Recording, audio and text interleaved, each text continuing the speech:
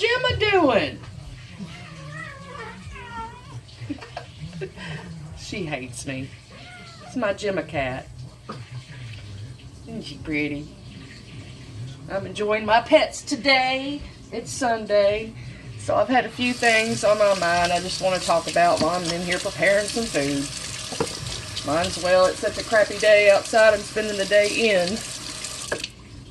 I was supposed to go look at some houses earlier today with my friends, but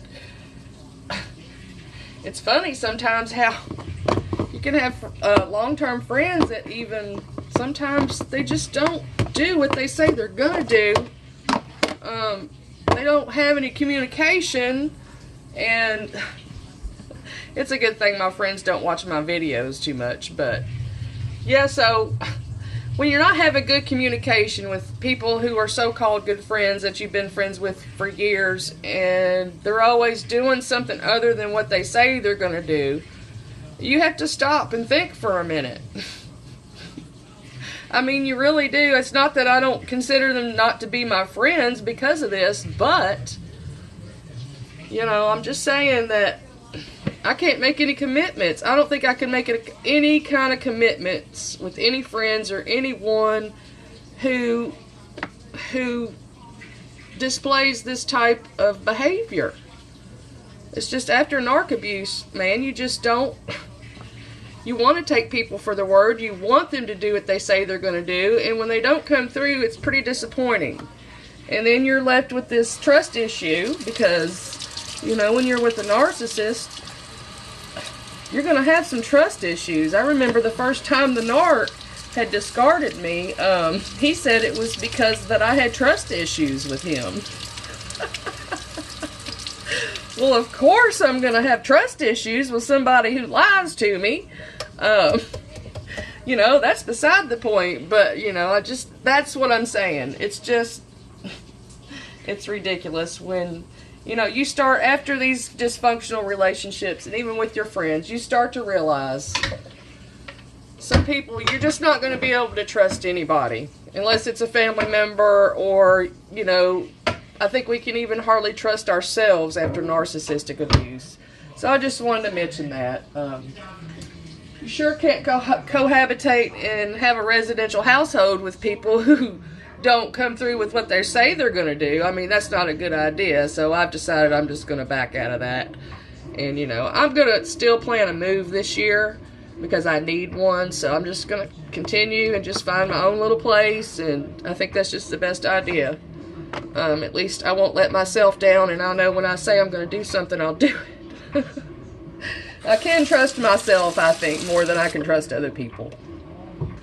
However, though, I was in a relationship with a narcissist, so I made a big mistake in that aspect. Of course, I didn't know what I was getting into, and when you're lied to and somebody comes to you under false pretense, it can happen. I mean, it does. It happens.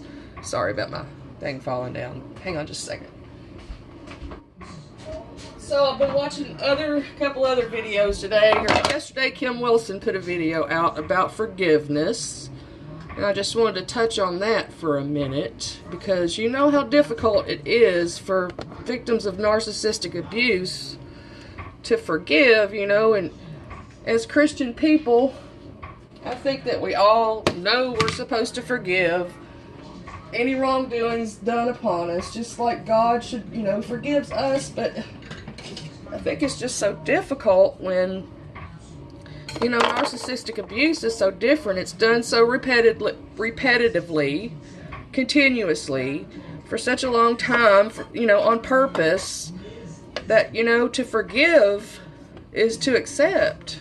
I mean, of course we have to accept the situations that we're in after the narc is gone, and they can leave you with various situations to live with, and you have no choice but to accept it. But to forgive it is another thing, is like saying that it's okay to me. What was done to me was not okay. I'm not going to stay in a state of anger for the rest of my life. But I don't think I'm at the place now yet where I can forgive it. I can't forget it. So, I mean, forgiveness goes kind of with forgetting. Maybe I'll reach that point someday where I can forgive, but for now, I mean, it's just, I'm not able to do that, and I'm kind of wondering if you all feel the same way. Leave a comment. So that's where I'm at in the forgiveness stage. It's not like somebody has an accident. They don't, you know, trip their way into your home and ruin your life and keep coming back to do it again and again and again. So, and then the MGTOW movement, right? So I saw a little video earlier on the MGTOW movement. So what if we had WGTOW? What if it was women going their own way? Then what? I mean, these MGTOWs, I can sort of understand their point. You know, they're tired of being abused by women, because there are a lot of narcissistic women out here that abuse men, just like vice versa.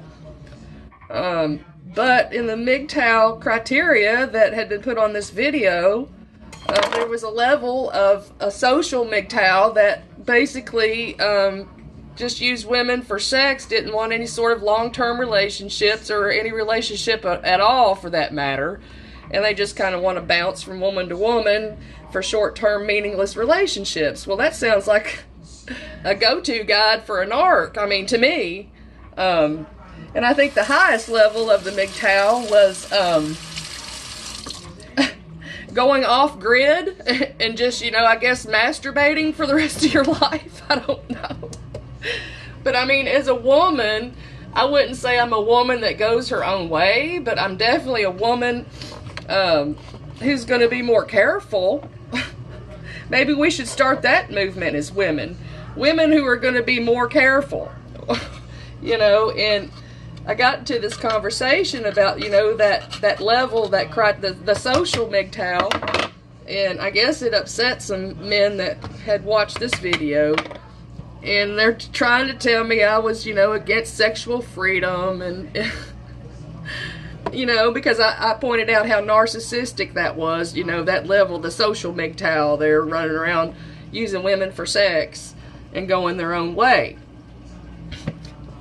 You know, so they just want to call it sexual freedom, make it sound like a nice little politically correct word, I guess. Well, then why don't we just call narcissist emotionally challenged, and we'll just make it all sound nice. Like fairy dust, right? Anyway, I just think the whole MGTOW thing is just sort of stupid. Men are trying to express themselves, I guess, and go their own way. And then the rest of it pretty much sounded gay. All the other levels sounded just like men going their own way without women having anything to do with a woman on any levels. So, I mean, whatever. I mean, I don't quit men for the rest of my life. I'm not a man hater because I was emotionally abused by a man.